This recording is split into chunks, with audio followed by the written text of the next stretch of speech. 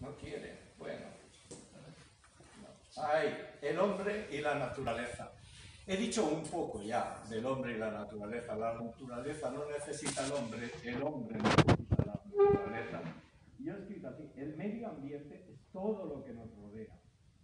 Nuestro entorno, la naturaleza misma, de la cual los humanos somos parte. El medio ambiente es el aire que respiramos, el agua que bebemos, la tierra que nos alimenta. Como humanos somos naturaleza y la mayor parte de la historia hemos vivido en armonía con el medio ambiente. Los cazadores, pescadores, recolectores de la edad de piedra participaban en los ciclos de la naturaleza en aproximadamente las mismas condiciones que todos los demás animales. Es solo durante la revolución agrícola cuando empieza a ocurrir problemas.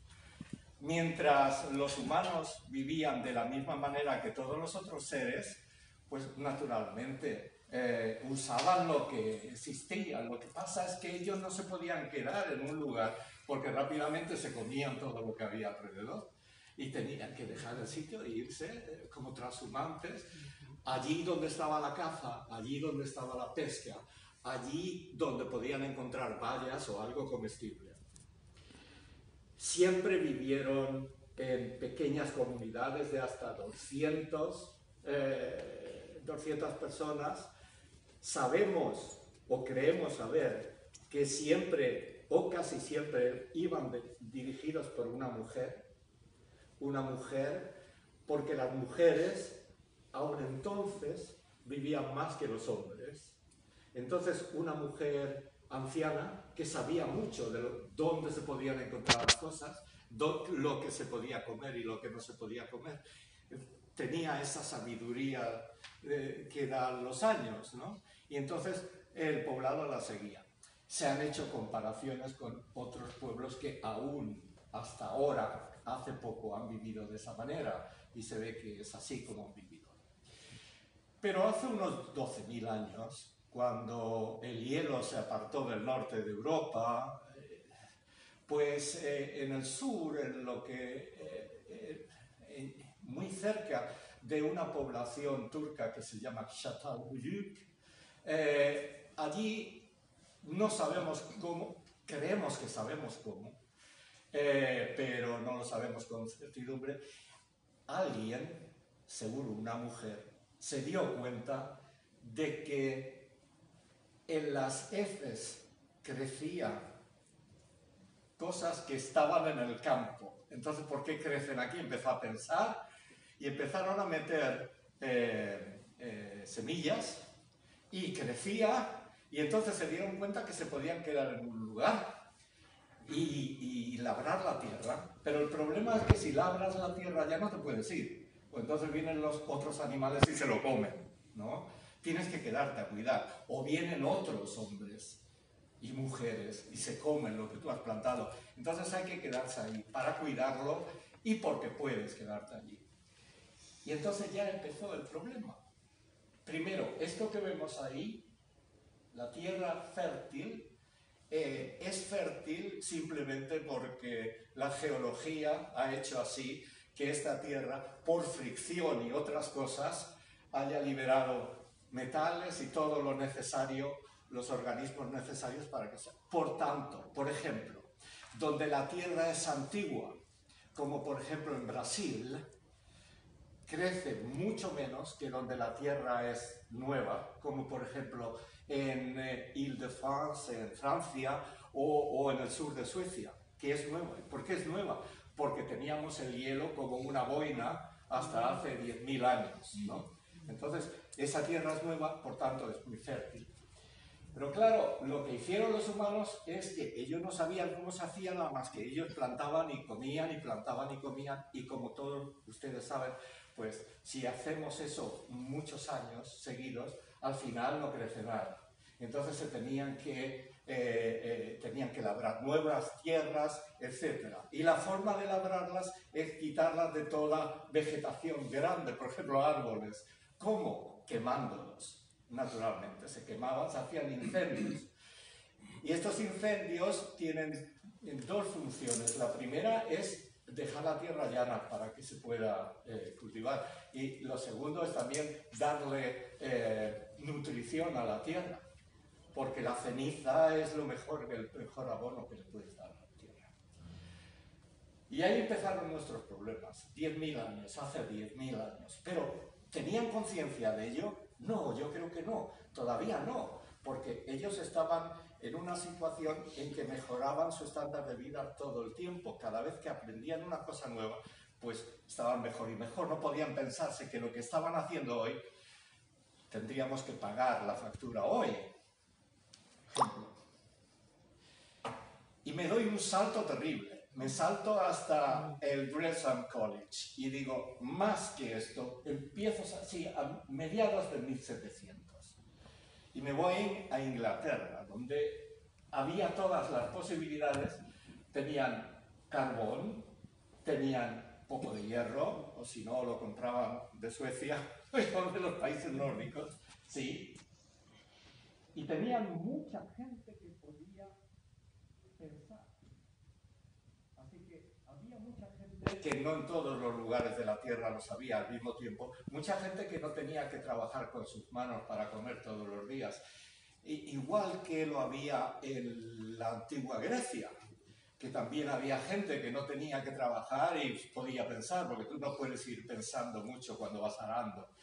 Pero de la misma manera, estaban personas aquí, de estos escolares del Gresham College, por ejemplo, y esta gente pues empezó a desarrollar, bueno, lo que se necesitaba. Como saben, el primer uso que se hizo del vapor fue a principios de 1700, cuando Newton empezó a pensar en el problema que era que, como necesitaban tanto carbón, tenían que meterse más y más hondo, y entonces ahí hay vetas de agua, y esas vetas de agua lo inundaban todo. Entonces tenían que, a mano, con un tipo de norias, con caballos o personas, ir sacando el agua continuamente, porque si no, no podían trabajar. De todas las maneras, los que trabajaban, los mineros, tenían agua hasta las rodillas siempre. Entonces lo que él hizo es que construyó una bomba hidráulica que funcionaba con vapor. Es la primera máquina que se hizo. Los antiguos griegos podían hacer máquinas, sabían todo, pero no lo hicieron. ¿Por qué no, creen ustedes? ¿Por qué no? Pues simplemente porque no tenían por qué hacerlo, porque tenían esclavos. Y si tienen esclavos, ¿para qué se van a preocupar en hacer máquinas? Claro. Pero estos no tenían esclavos y la mano de obra empezaba a ser cara. Entonces había que hacer algo. Y de eso, de la necesidad, también vienen los recursos. Y fue en Inglaterra. ¿Por qué? Por muchas cosas. Tenían tierra fértil, no tuvieron problemas bélicos, por lo menos no fueron ocupados durante mucho tiempo, ganaban bien de dinero con diferentes comercios, por ejemplo, el comercio de la lana, primero, tenían sus colonias que empezaban a utilizar, las colonias americanas, un poco más tarde la India, etc., ¿no? Y todos esos recursos que se alocaban allí hacían posible que gente pudiera tener las ideas y los recursos para construir la revolución industrial. ¿Qué ocurrió? Y que se veía como una cosa muy positiva al principio, naturalmente.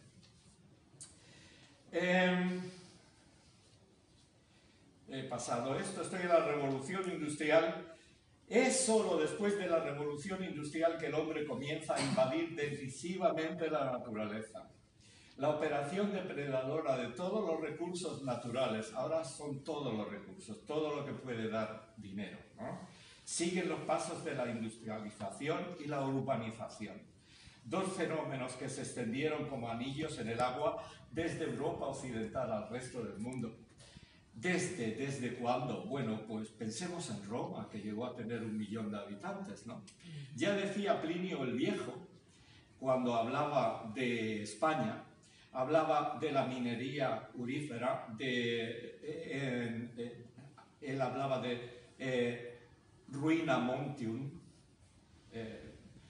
en las médulas, que conocerán, Río Tinto, o la extracción en Almadén de lo que se llama el afogue, que le llamaban, ¿no? Y eso es simplemente ejemplos, ¿no? Esto tiene casi 2000 años, Plinio que nos habla de todo eso, y ya se da cuenta de que estamos haciendo algo con la naturaleza que es problemático. Las grandes ciudades, la urbanización que hablo aquí, los romanos se mataron a sí mismos con su urbanización. La manía de las urbes les mató. ¿Cómo? Nosotros les admiramos, estuvimos en el British Museum, ahí podíamos ver esas cañerías, esas tuberías, ese agua que circulaba. ¡Ah! Las cañerías de plomo.